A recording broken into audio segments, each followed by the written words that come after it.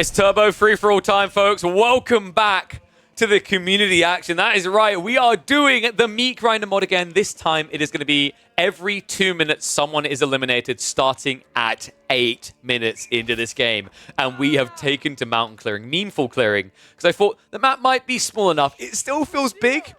And 2 minutes might not sound like a lot of time to cross, but the reason why this should still be fine is because we are not resetting the scores when players are eliminated. How do you score? You score by killing units. You get the value of those killed units to your full score.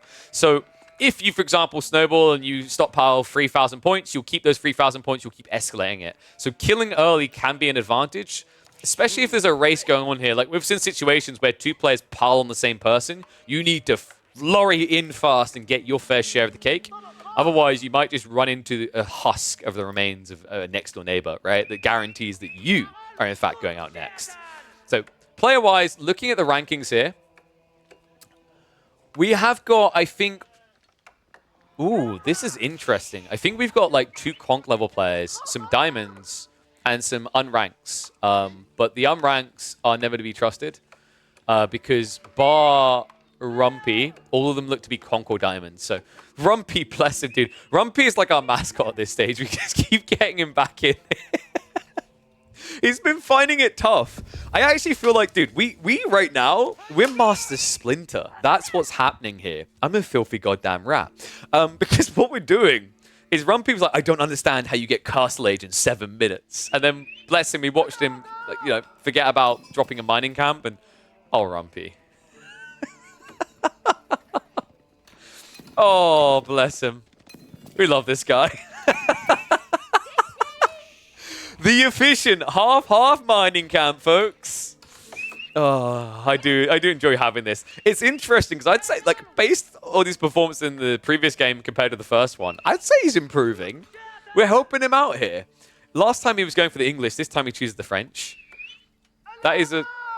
Wait. I have many questions. I will save them for when he arrives in the afterlife. Let's go around the table and introduce each person, because, of course, we said Grumpy. We've got Krent in here. Nomad next to him, one of our conch ranks. Krent himself is Diamond. Julie Beck, I believe, is a solid plat. She loves playing the Juji. We've got Kavar playing on the English. Kavar was our Diamond rank, right? I think they're previously gold turned Diamond. You've got Heaven Has Even Sheep Spread. Love the name. They are a conch level player, if I'm not mistaken, right? Yes, they're conch 1. Next to them is going to be Purple Join. Purple Join is, in fact, unranked, but previously Diamond / Plat. I love that they've just actually gone for Purple. That fits nicely.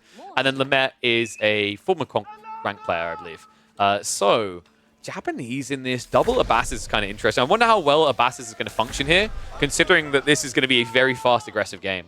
So not really an opportunity to eco-boom up, right? You just need to pedal to the metal. And that's exactly what we're getting out of Purple Join here. They are going to open with the military wing and look to fight.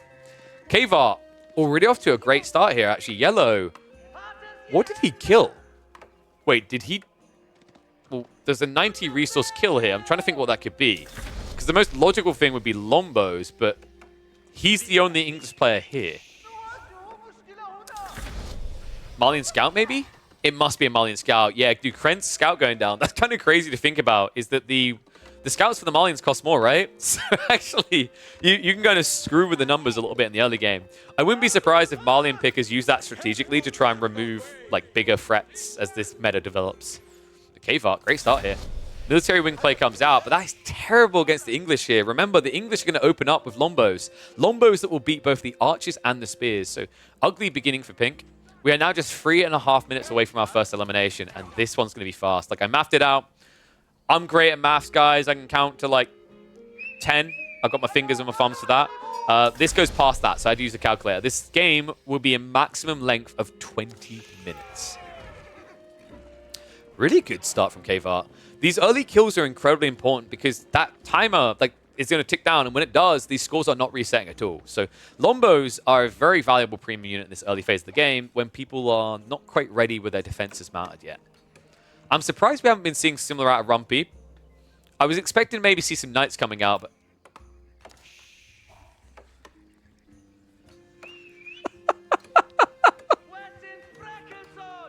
No. Oh, I swear in a previous life I cast Rumpy's bronze games.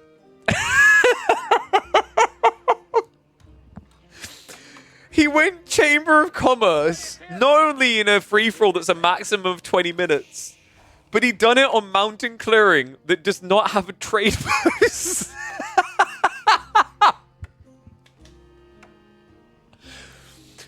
Oh my god. Okay, hear me out. This is genius. If everyone starts dropping marketplaces, when they get eliminated, Rumpy will reap the rewards. I can't. I just can't. Oh my god. Okay, hear me out, guys. If an Abbasid player gets eliminated, he can trade with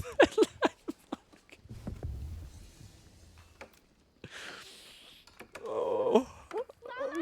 This is you know what? Some people try to argue when they see the replays and they watch like Gully Deckle like stomp a lobby of like golds and diamonds. Like, oh, what's the point? Gully was always going to win anyway. Well, here's the point, guys. The reason we bring in a low-ranked player is because this is pure gold, okay? I'm not sure if that's the rank. I just mean this is pure liquid gold, baby. Chamber of Commerce. He's actually got the traders coming.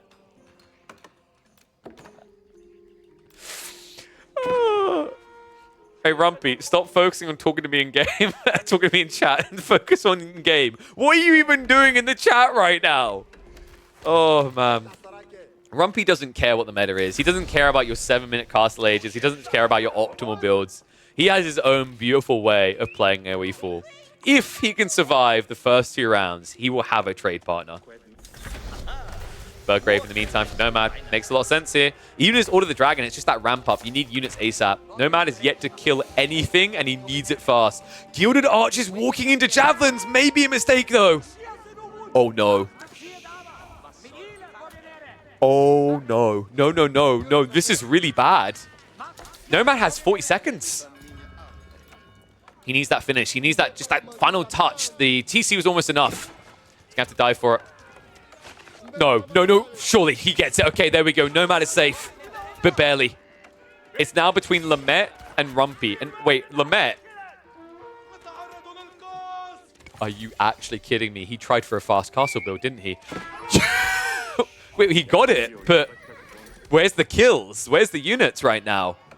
Oh my god, he doesn't have anything. That's the first Mountain Samurai coming out right now, folks. Lamet is joining Rumpy 6 feet under. That's a double elim to open this game. Oh my god. Well, Rumpy, I'm afraid you will not get to trade with anyone, but if someone else decides to trade, if Kren decides it's time for Malian trade, you have set him up for life, my friend. Yeah, Fast Castle is going to be tough in, in this mode because of the 8-minute initial elim. If it was 10 minutes, I could actually see that Japanese build working quite well. So, we now move in to a very quickly developing late-game situation with 2 people already eliminated. Kren is farming up a storm right now. He could not be happy with this. Nomad does at least give himself some padding, but this game feels anything but comfortable. He's not next to be eliminated at this pace, but he doesn't really have much of a padder here. I'm going to keep using the word pad, I guess, because right now, 300 points at this stage of the game, with the difference between you and last place being 130 worth of value killed, it's not exactly what you call a cozy spot to find yourself in. Purple Join is currently looking for a fight, and it feels like him and Heaven are just going to full-on send it into each other and feed each other enough to survive this. Purple. Gonna have to back away. It says, Pink, why are you card? Stop using the TC. It's actually committing for the dive. I mean, this is actually making it harder because it's saving the next person lowest. Heaven moves up in the rankings. We're now 30 seconds away from our next elimination.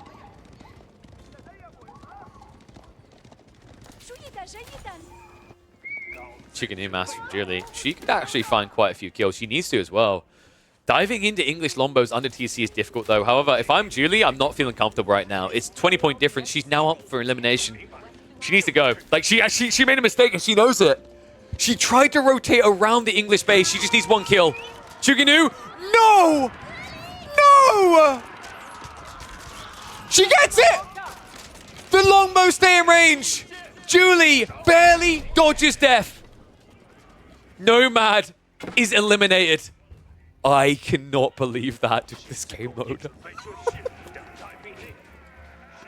This game mode is an insane nail-biter. Julie has got some recovering to do if she wants to stay in it, though. 450 compared to 960. Purple Join actually did get the fight they were looking for in the end. Pink engaged with it. Pink is now very cozy and safe. Krent needs to start moving ASAP. He's very far away, though. He's got the Grand Fulani. He's safe for an extra 2 minutes at this pacing, but you don't want to wait around. You want to get moving in position to find extra free kills. It's critical as well, because Krent doesn't know who's alive out there, right? He scoured his neighbors. One of them just didn't exist, and the other one got punished already.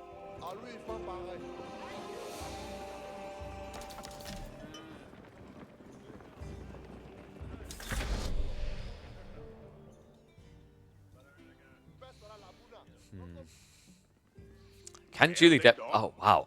Julie Beck's about to get Julie decked here, dude. I don't think she can go in here anymore. Oh, no. She went Mass Shiganu. And this white tower drop is going to make this impossible to dive. She doesn't have a choice, though. She's got to go. 30 seconds. This worked once before. Is it going to work again? Kavart backs away, says, hell no, sister. I ain't engaging with that. Landmarks are not worth anything, remember. She needs flesh and blood. She needs to spill it. It's going to be a dive underneath the TC, but unfortunately that's not going to work out. Kavart is now just farming up Chuganu for free to save himself for longer. Farms a target. Are you kidding me right now? It forces the fight. Knights are going to dive in, though, and Julie, I think it's safe to say she cannot save herself again. Once was already trying fate. It's not going to be enough. She takes a Knight with her, but she goes out in 5th. 2 minutes until our next chopped. Javelins are on the way in from Krent. Now, this is a good fight, actually. Krent could farm up quite a few kills here up against the English Lombos, and he needs it, right? Like, this is the point where you started off really strong, but you don't feel comfortable with the rest of the game.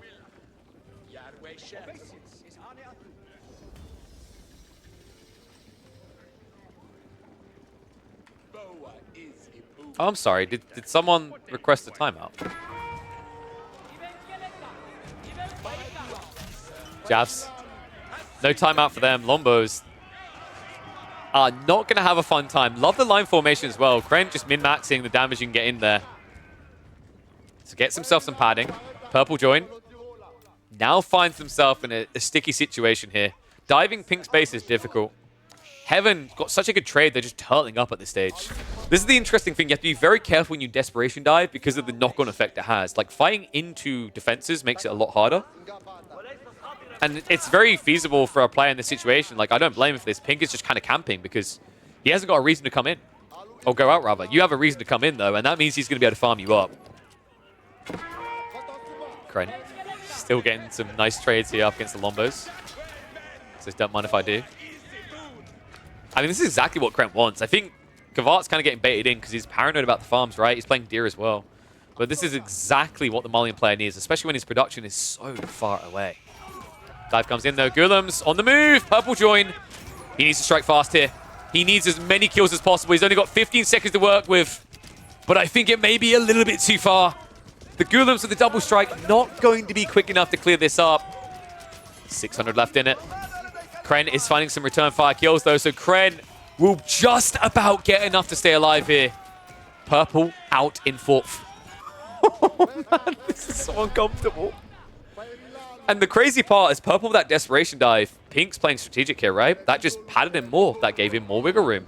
However, at the tail end of it, because green and yellow are fighting, it's not a comfortable lead now. 500-point difference.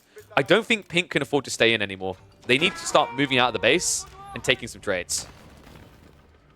Dude, this is crazy. I actually love how close this is when it's going to be a 20-minute timer. Like, even though Krent is running across map, you still feel like he has a shot to take the entire game. That's crazy. And he hasn't even switched sofas yet, which is really surprising here. But I guess when you're up against English and Abbasids, why would you, right? That feels like the unit that will get counted. Javs. Actually sniping out the men-at-arms right now. Donzos are going to move in. And all of a sudden, Pink needs to come out of the base. Trade continues, and it looks like Kavart losing a lot of the Lombos on the backside. So good micro coming in from Krent at the tail end. Men-at-arms are at least going to trade out well. Krent Needs to get more out of this, though. Last longbows are going down, and that's where he needs to start microing to finish off the last of the men-at-arms. But right now, Pink, what the... Dude, get out of the base. Go. Like a bat out of hell, my friend, because you've got 45 seconds, and you need to recover 1,300 points. And that's without trading back. Wait, what? How did he even get there? Like, I have so many questions right now. This is like that little Britain scene where he's on a rooftop. He's like, how did you even get there? And he just goes, I fell. So he deletes and moves away. Oh my god. All right, that's it. Pink's dead, man. Like, he didn't move quick enough. Oh, I can't believe that. It was looking really good for Pink, but Green and Yellow had the right read, and this is the funny part. If Kren just walks away, if he just genuinely walks all the way home, he's won this game. But Kren, you guys know that Kren's a Giga Chad, right? You know that Kren, like, you know how everyone has a saying? Like, someone's trying to say, like, that is it, or something like that is one of my sayings. Kren has a saying too. Do you know what it is, folks? Kren, smash! That's all he knows. Although, actually, he's Ukrainian, so like, to be more accurate, it's divide, divide. He always looks to send it. So I wouldn't be surprised if Kren looks for a fight again. In fairness, the fact that he's gathering deer in the center of the map is already him asking for a fight. This is now on Kavart to come out. Kavart saw him leaving to the north side, so he does know, right? He actually scouted the Malian base. He knows where his opponent is. He needs to move ASAP. Minute to go. Kren, why are you backing away? Come back here. If the villagers get found, actually, that is enough resource to give the edge to Kavart. So Kren needs to be very careful about this. Mango shot's coming in. He's just going to back away. No, Kren, no! I said you Kren smash! You can't do this. I guess Krentification of the world is overrated. Everyone's just a savage still. I really can't believe he's not. I'm going to stop now. He's pretty bad.